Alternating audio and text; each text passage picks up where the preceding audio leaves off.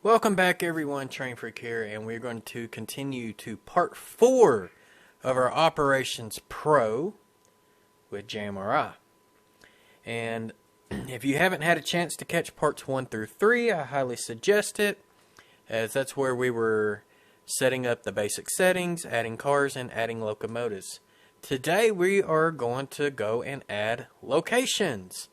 And we're just going to add a few, and I'm going to talk about the different type of locations to add. So, first thing we need to do is we need to click on Operations, and we need to click on Locations. Alright, so we have another table here that has nothing on it, so we're going to click Add at the bottom. Alright, so add a location. I'm going to make this a little smaller, so that way we can see our list. Alright, so first location we're going to create is Little Rock.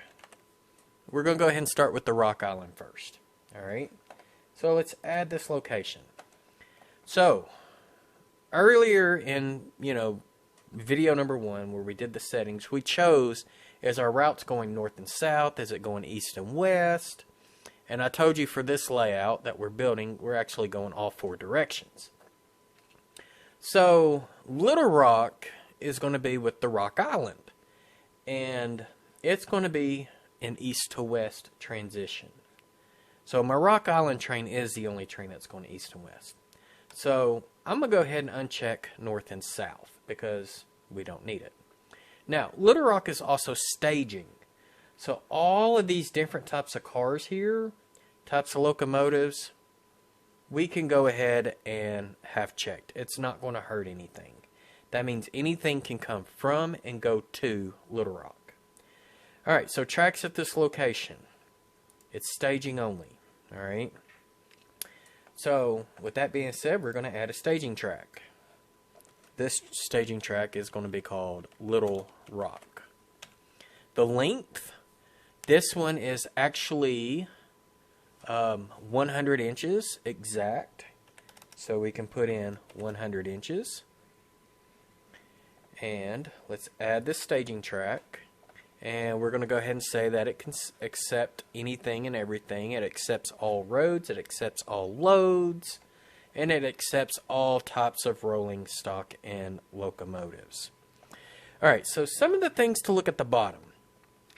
If you're using just the basic car loads of loaded and empty, you might want to have these two checked. Swap default loads and empties and empty cars with default loads. For us, we're going to be doing optional custom car load controls. So we want to make sure that we empty cars with a custom load, that we generate custom load for spurs serviced by this train, or generate custom loads for any spur. In other words, maybe this car is going to have to go through multiple trains. Since we are going to have multiple staging, this is what we want. Generate custom loads for any staging track. We definitely want that as well. So this is going to make it to where the cars coming in off of this staging can go anywhere on the layout. If we do not have this checked, and we have this one checked instead, then it's only going to go on the east and west route. Alright, so we're going to go ahead and click that back. And because we chose this generate custom loads for any staging track, it's going to automatically gray out this block cars by pickup location, which is okay. So we're going to go ahead and save that staging track. Now you can see that we have staging name Little Rock. It's 725 feet. Right now we don't have any cars or locomotives assigned to it, so that's why you don't see anything in there. We could set a reserve on there, but for staging you really don't need to do that. Alright, so we're done with Little Rock, and we're going to hit save location. Let's go ahead and add another location. Let's do Jonesboro. This is going to be another staging. So add this location. But this one's going to be north and south. Alright. And I told you it's staging only. So we're going to add staging tracks. First one, we're going to say Jonesboro 1. And the length for that track is 84 inches. That's actually going to be the length for all of these. So when we add staging track, of course we want to keep north and south checked, keep all of this checked. We just come back here to the middle and select those three same checkbox. And we're going to hit add staging track. Oop, well, I've already done that. And let's see here. We're going to hit save staging track. We're going to go ahead and hit add again. Jonesboro 2. It is also 84 inches. Add staging. Hit those same three check marks as well. And I would go ahead and do the same for the other three. You can see that our lengths are 609 feet. And of course, just get a tape measure, yada yada yada. And then the nice thing is that you notice that in the locations that it's going to add all that up here. So, but I'm going to go ahead and add those other three later. So let's just go ahead and save that location and be done with it. Let's add our next location. We want to add the town of Wiener. Alright. Add location. And this one's also serviced north and south. Now there's going to be a kick with Wiener because Wiener's got one industry that is open-ended, meaning that it can be serviced both directions. However, Wiener also has other that's not open-ended. So, let's talk about the different types of track here. You got spurs. These are your industries. Yards. This is where you can store cars on your layout. Okay? Classification and interchange. This is where you make and break your trains. Interchange is basically being handled between multiple railroads. Classification is where you got a train that comes in and you literally break it apart into separate tracks. And that's where you're creating, new trains. Alright? For Wiener, all we need is spurs. So let's add the first spur. First one we're going to add is Riceland. Riceland is 18 inches in length. Alright, so let's add it. And I told you Riceland is serviced north and south. Alright, now with spurs, we don't want all of this on here. So we want to clear every bit of that. Alright?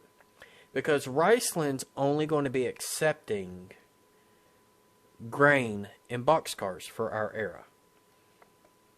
And grain is only going to be coming from XM 40 feet single doors. Okay? So that's the only cars I want Riceland to be able to accept. Alright?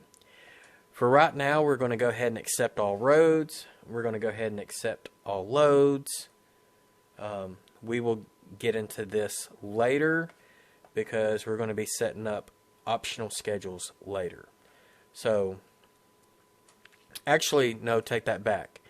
For Riceland, we only want to accept certain roads. So, we only want to accept SSW because this railroad being the Cotton Belt, we only want to accept the roads that are applied to them. So SSW, Southern Pacific, because SSW is a subsidiary of Southern Pacific. And another one we can add into that mix is T&O, which I do not see. So that means what I'll have to do is go back to the cars, and we're going to have to add the T&O road name. So let's go ahead and do that real quick. We can save that. And let's see here. We'll open our locations back up, and we're going to go to cars.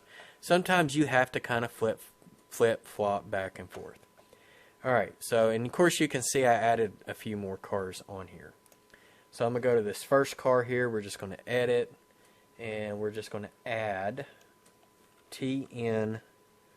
That stands for Texas New Orleans. And add it. Alright. But I'm not making any changes, so I went ahead, saved, close it. We're going to close the cars out. Alright, we want to go back to our spur track, and let's add our other road that we just created. There's T&O, add road. So basically, Riceland's only going to be able to accept cars that have these names. So save track. Accept loads. We only want to accept XM 40 single doors, and we want them empty. Okay? Because we're going to be shipping out grain. So I'm going to show you how all that works in another episode.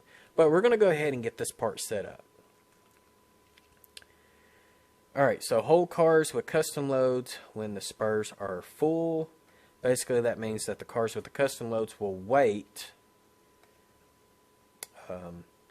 for the spur to become empty, and this option can reduce car movement. So I'm not even going to worry about that. Alright, so let's go ahead and save track. So we're only accepting 3 roads. We only accept 1 load. Alright, so let's save it. We're done with that one. Riceland's got 130 feet. Of course, nothing's on there, but you can see road accepts 3, load accepts 1. Alright, so let's add another spur. This is Gamer and Thrones. And its length is 9 inches. Alright.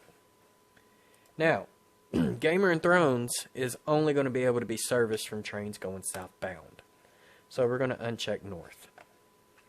We're also going to go ahead and clear out everything and select the ones that we want. Now, Gamer and Thrones could be handled by an XM40 double door, an XM40 single door, an XM50 double door, and an XM50 single door. Alright.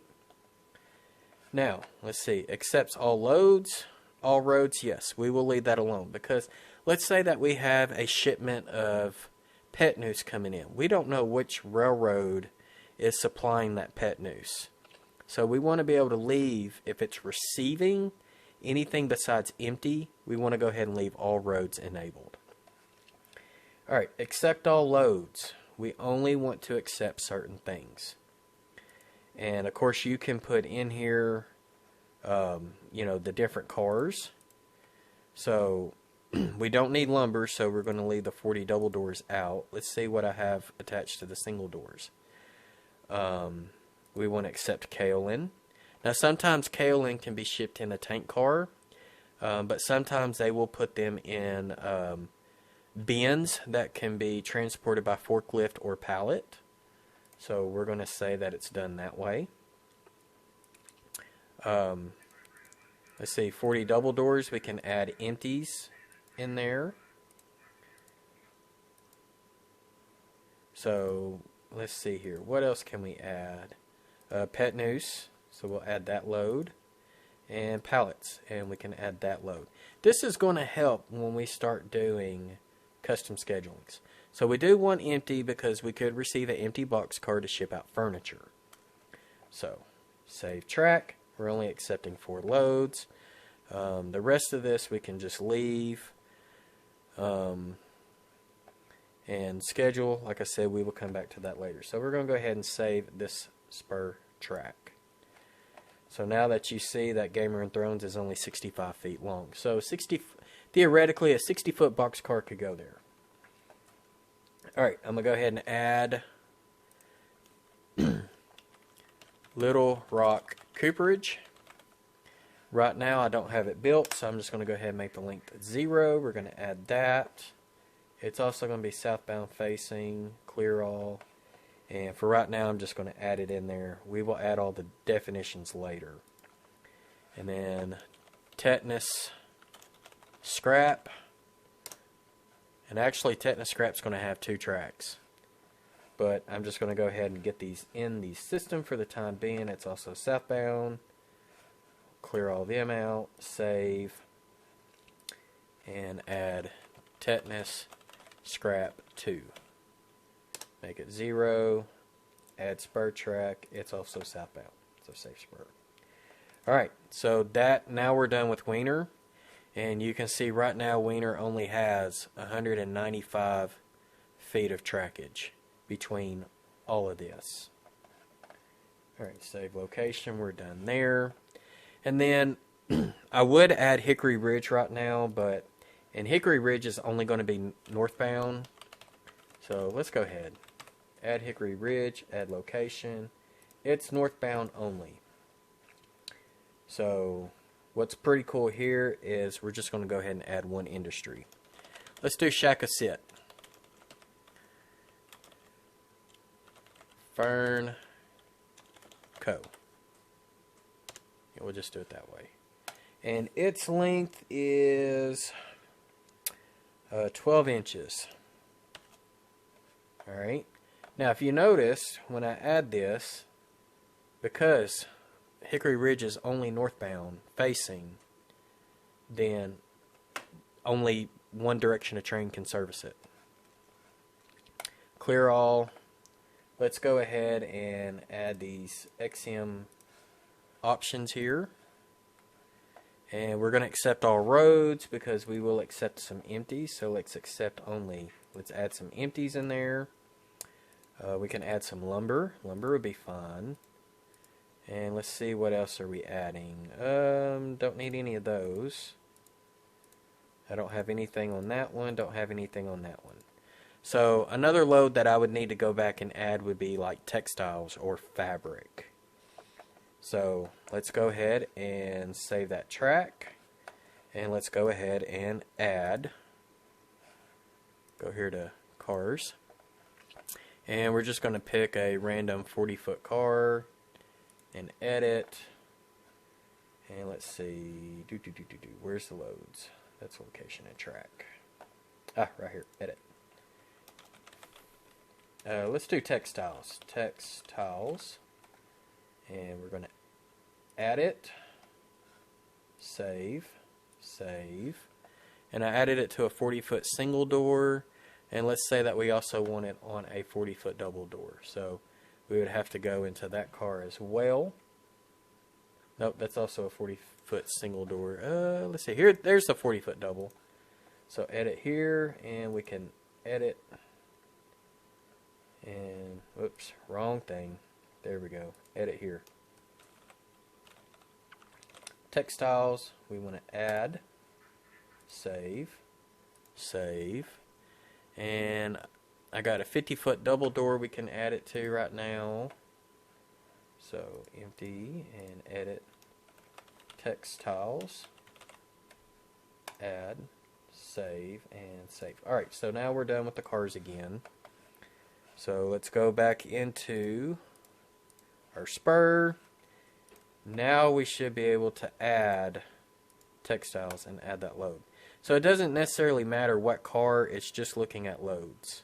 Okay, so that's why if you want specific loads being transferred by a specific type of cars, then you need to specify which ones are carrying what. Alright, so let's go ahead and save that. We're accepting 3, and we'll come to the rest later. So I'm going to go ahead and hit Save Spur. And I've got 3 other industries, 2 industries, each having 2 tracks. I will come and add those later. So I'm just going to go ahead and hit Save Location. And I want to go ahead and add one more, and that's because this one's got the big kicker. This is Brinkley. This is where the Rock Island and the Cotton Belt meet. So I need to make sure Brinkley has got all 4 of these selected.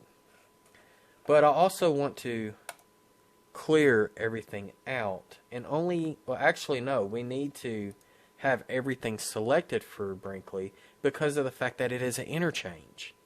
So even though there's industries at Brinkley, and Brinkley might not receive any gondolas, for example, however, we need the interchange to receive gondolas, so that way the Rock Island could bring a gondola in, and then the Cotton Belt will pick it up. Alright, so spurs, we can add a spur. Let's say the first one is going to be fresh and funky produce. Alright, and the length of that track is 18 inches. Now, of course, if you don't put the inch sign there, then JMRI is going to say that it's 18 scale feet. But that's the cool thing, you can put inches in there, and JMRI knows that. Oh, okay, I need to convert that. Alright, Fresh and Funky Produce is only going to be operated by the Rock Island, so we want to make sure that that is east and west. Okay, Fresh and Funky Produce is only going to be receiving ice bunk reefers that are produce. Alright, but it could also receive XM boxcars with other type of commodities. So we're going to accept all roads, we're going to accept all loads, we're not going to accept all loads. We want to be able to receive produce. We want to be able to receive empties, so that way we can ship items out. And let's see here, we want pallets, add load, and there's going to be more loads that need to be added, like maybe you know, cans or crates, you know, because basically what Fresh and Funky Produce is doing is it's taking fruits and vegetables and it's going to convert them to canned fruits and vegetables. So you know, you want to kind of think about what all materials do you need to be able to make that. So we know we need produce. We also know we need pallets.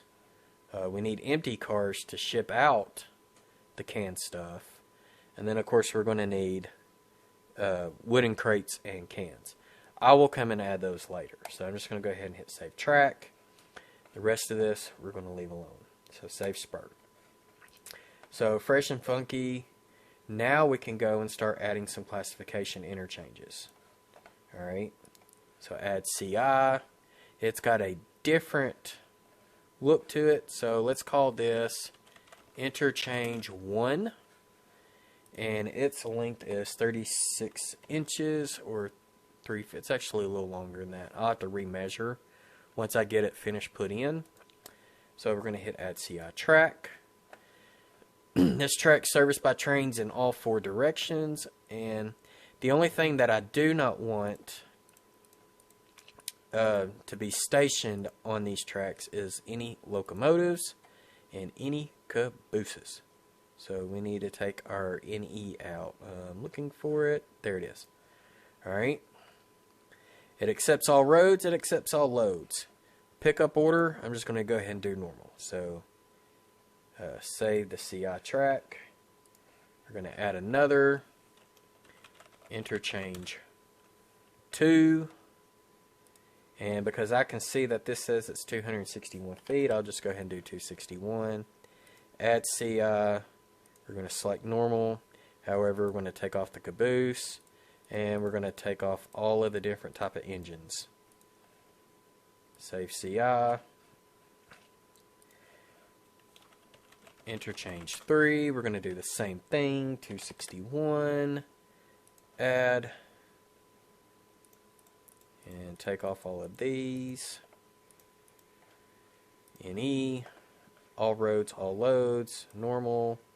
Save CI. And then we're going to add the 4th one, which is going to be a little different.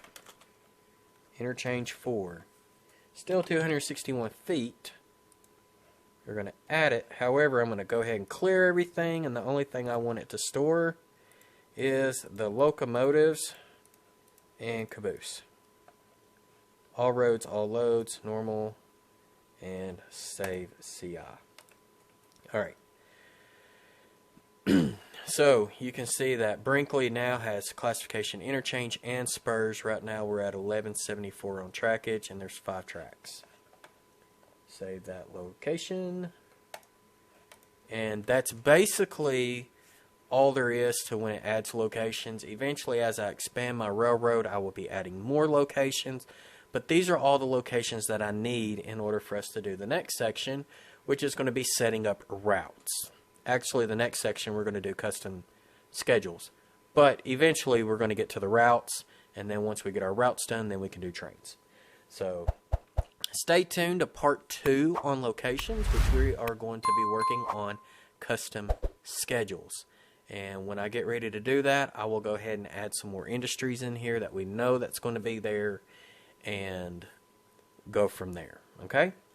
So other than that, y'all have a great one, and happy railroading.